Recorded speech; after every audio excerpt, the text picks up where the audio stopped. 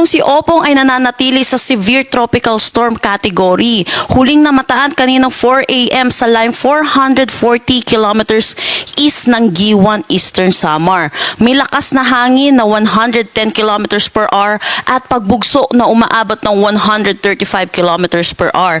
Ito'y kumikilos west-northwestward sa bilis na 20 kilometers per hour. Samantala, meron pa rin naman tayong southwest monsoon na nakakaapekto lalo na dito sa western section ng ating bansa. Ito rin inaasahan natin, magdadala rin po ito ng mga pag-ulan, lalo na occasional rains, yung mga pagbugso ng pag-ulan dito sa may Zambales, Bataan at Occidental Mindoro. Dito sa Metro Manila, inaasahan natin magiging makulimlim ang ating panahon ngayong araw at inaasahan din natin yung mataas na tsansa ng mga pag-ulan, pero hindi naman po siya yung kasing same intensity ng mga nakaraang araw po nating pag-ulan. Ito po yung forecast track po ni Bagyong Opong sa Severe Tropical Storm Opong. So ayun po, magkaroon po tayo ng changes dito sa ating track. Pero dito po nakikita natin, mag-intensify siya into a typhoon category ngayong araw. At lalapit po ito bilang typhoon dito sa may Eastern Visayas. So inaasahan po natin, mataas ang tsansa po ng mga pag-ulan, mataas na volume ng pag-ulan, lalo na po dito sa may Northern Samar at Eastern Samar. Nakikita din natin dito sa ating forecast track ang paglandfall niya po somewhere dito sa may Bicol region, at kung makikita din natin, severe tropical storm na lamang po siya or bahagya siyang hihina dahil sa interaction niya sa ating kalupaan habang palabas po siya ng ating kalupaan. So nakikita din natin by Saturday 2 a.m. nasa labas na po siya ng kalupaan natin. At dito din po magi-intensify po siya ulit into a typhoon category habang palabas na ng ating Philippine Area of Responsibility at palayo na.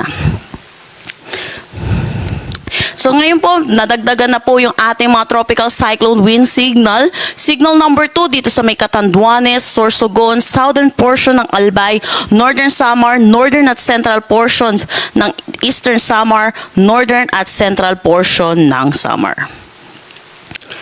Signal number 1 naman po dito sa rest of Albay, Masbate, kasama na Antigao Islands at Burias Island, Camarines Sur, Camarines Norte, Marinduque, Romblon, Oriental Mindoro, Occidental Mindoro, kasama na ang Lubang Islands, Calamian Islands, Quezon, kasama na ang Polillo Islands.